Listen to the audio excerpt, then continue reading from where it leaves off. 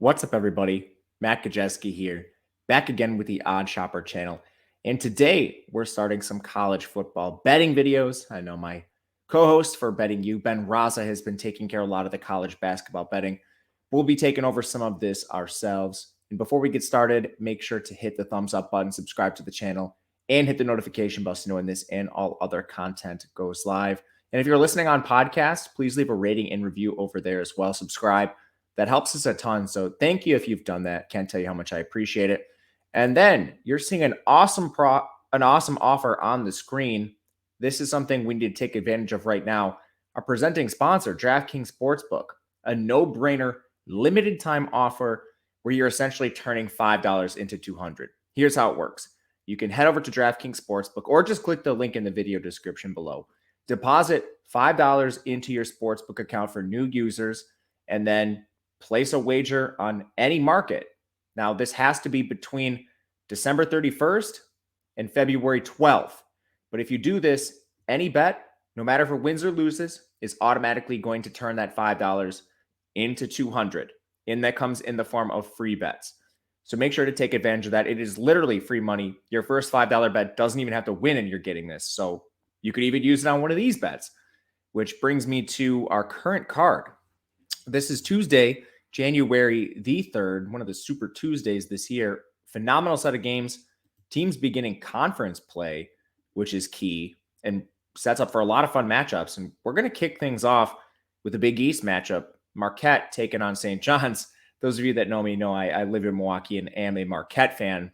So it'll come as no surprise to you that I'm backing Marquette minus 2.5. My first piece of advice here is maybe to wait on this. I wouldn't be surprised if St. John's takes money and maybe this flips down to a -2 or something like that. But ultimately, I think there's a few advantages here. This should be a fun game overall, a really fast game. Both these teams play with incredible pace, way above average. Possessions per game, Marquette's at 73.7, St. John's at 75.8. Just for reference, average right around 70, give or take, per year. So we've got a crazy up-tempo pace, 57.5 total, 157.5 total. And I think this favors Marquette for a few reasons. One, St. John's is one of the fastest teams in the country. They like to play at this lightning fast pace and draw teams in and win through some of this chaotic energy that they can utilize. Got a couple good ball handlers on the team in Curbelo and Posh Alexander. But fortunately, Marquette, for them at least, they play with a similar style. This is a team that's pressing all the time. Again, really fast themselves. Good, deep guard play. This team is a deep bench. And they live through forcing turnovers. So this is something I think Marquette can particularly take advantage of. You look at how these teams set up to start the year. St. John's is 218th in offensive turnovers. This is a team that can get careless with the ball at times. Marquette is 35th in forcing turnovers. Now, conversely, we talked about St. John's playing with this sort of chaotic style. Well, they do force turnovers themselves. They're 57th on defense at forcing turnovers, but Marquette takes care of the ball.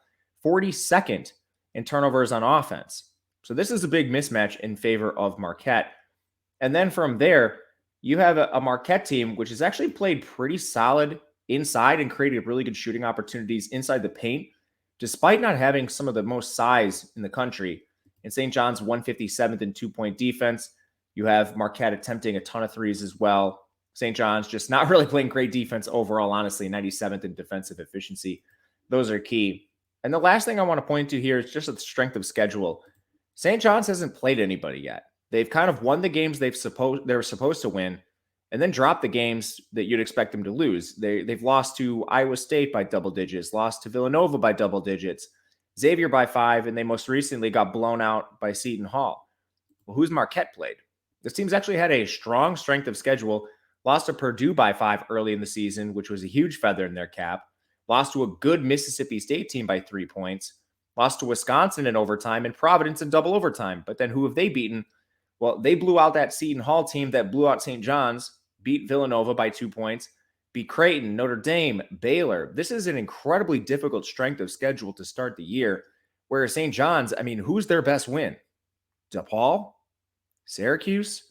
I mean, this is not a good strength of schedule, so I'm surprised the line is so close. I'm willing to take 2.5, but I think if you wait, you might get 2 a little later in the day. Let's go to our second bet. We'll turn things over to a total, and this is one I think we should probably bet now.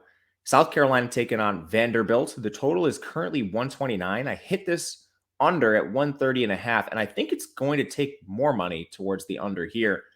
And the breakdown is a little bit more simple than the previous one. Both these teams play really slow, below average in terms of pace.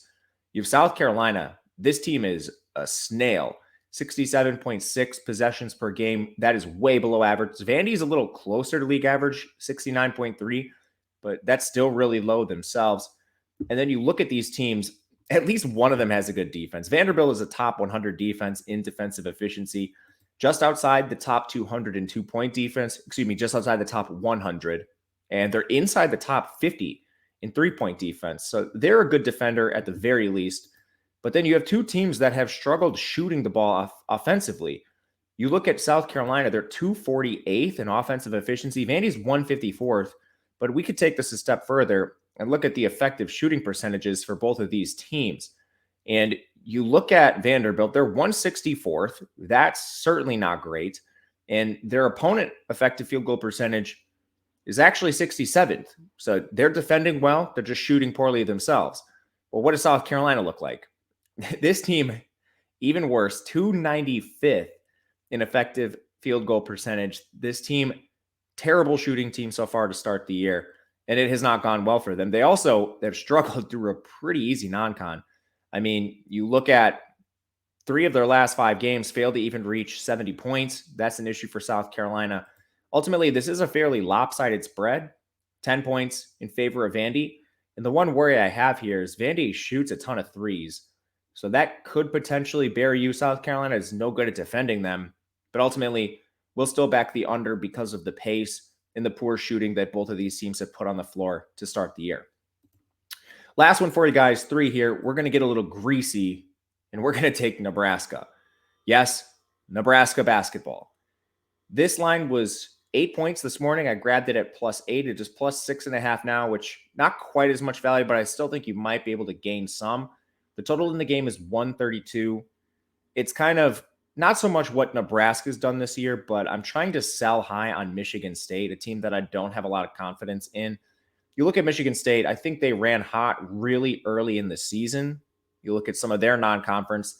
They had the 1-point loss to Gonzaga. That's certainly a feather in their cap. They had the 2 overtime win over Kentucky where you had like Sheboy foul out of the game late. That's probably going to happen to a lot of the premier big men when you're playing double overtime games. But they also beat Nova. Oregon's a decent win, I suppose. But they also have losses to Alabama, Notre Dame, Northwestern. So the Bama loss is solid, but Notre Dame and Northwestern, those are decent teams. But, if you're Michigan State, those aren't teams you necessarily expect to lose to.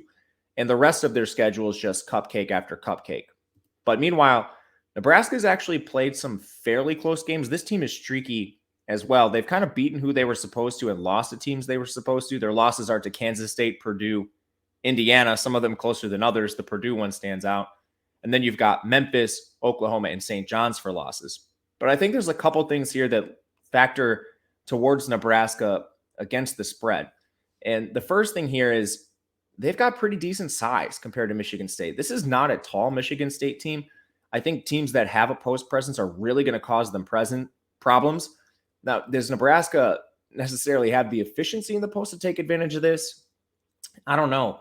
But for the most part, we're looking at some sort of lineup constructions where you've got Joey Hauser, who's 6'9", playing the 5. And then some of these other players don't exactly see a lot of minutes. Like Carson Cooper, he's a big freshman. He only plays 5 minutes per game. Mady Sissoko, this is a player that is averaging 20 minutes per game.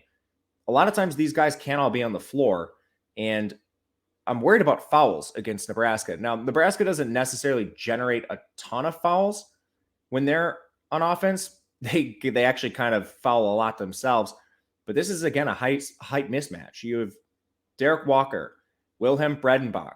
These players, I think, can actually soak up some space down low on a Michigan team here. Now, the one worry I do have and why this isn't one of the favorite bets for me is this Michigan State team can shoot. They were a great shooting team last year. They're 26th in three-point percentage this year. Nebraska actually plays decent defense. So you look at the complexion of their team, 211 on offense. They're 110 on defense. They're actually 119th in three-point defense. It's not terrible. So I think overall you have a size advantage to Nebraska. And then you have a Nebraska team that's quietly playing decent defense.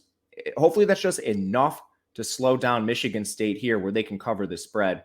Well, and one other thing here, Michigan State, pretty good rebounding team, which is surprising considering their lack of size. But Nebraska is great at rebounding too. They're 43rd in the country rebounding so far this year. So looking at the Cornhuskers, I like my +8 a lot more than the current +6.5, but I still think it is worth looking at. And if not, the two previous bets are ones I like at the current line. But that'll do it for us today. Thank you guys for watching the Odd Shopper channel. We'll be back. I believe I'm on tomorrow and doing a couple college basketball videos a week. We'll iron out a schedule pretty quickly here. But when I'm not on, you'll have Ben Raza, who's been on fire this year. So make sure to check out his videos as well. Reach out on Twitter if you'd like. I'm at Matt_Kajeski. But until then, we'll see you guys next time. Good luck.